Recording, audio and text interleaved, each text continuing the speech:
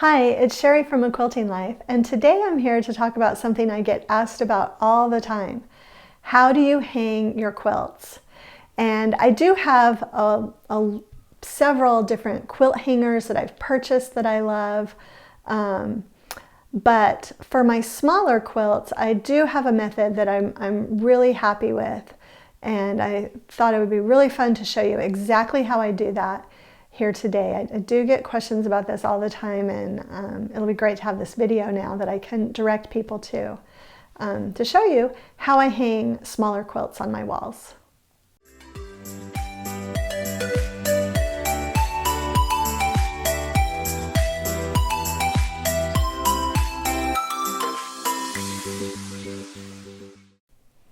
So I know a lot of people just hang their smaller quilts on the walls with push pins, and I've actually done that before.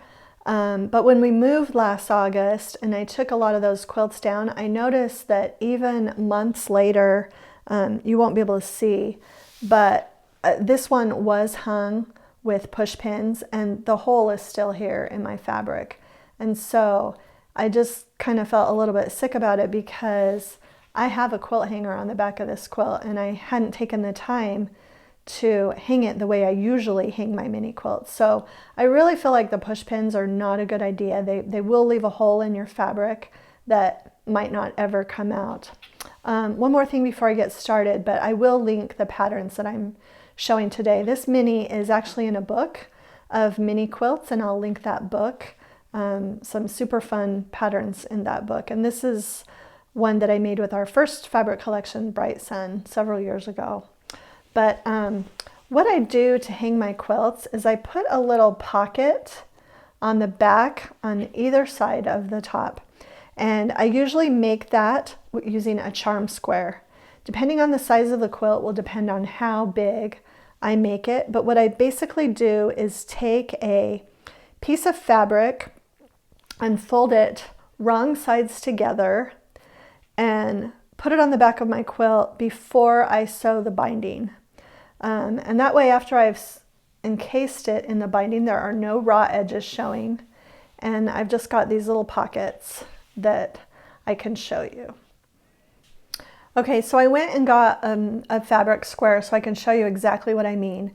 You'll need to cut two, one for each side of your wall hanging. But what I do is I just fold it wrong sides together, and so then what I do is I would place it on top of my quilt back like that so that my folded edge was there and these raw edges will get encased in the binding.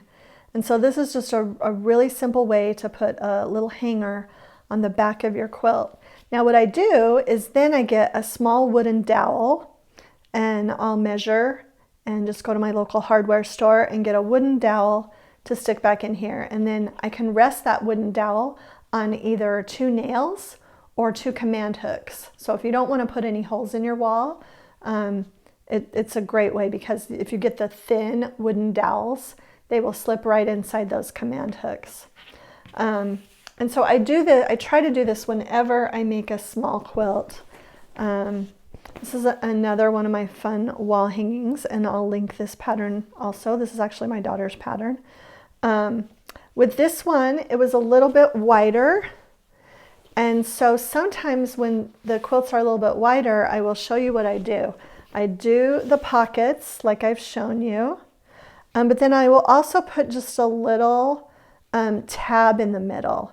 And what that does is when I put the dowel in, I can slide the dowel through that tab and it will keep the quilt from kind of sagging in the middle. And you can tack this down. I haven't tacked this one down yet. This is one I'm getting ready to hang up. But I'll tack that down, and it will make sure that that quilt never sags. And depending on if it's an even bigger quilt, this one is just a little bit wider, but it's also longer, just a bigger quilt. And so I did that on the back also. I did the tab. So I've got the two pockets and I've got the tab. And this is just my favorite way to hang small quilts. I feel like it doesn't damage the quilt at all.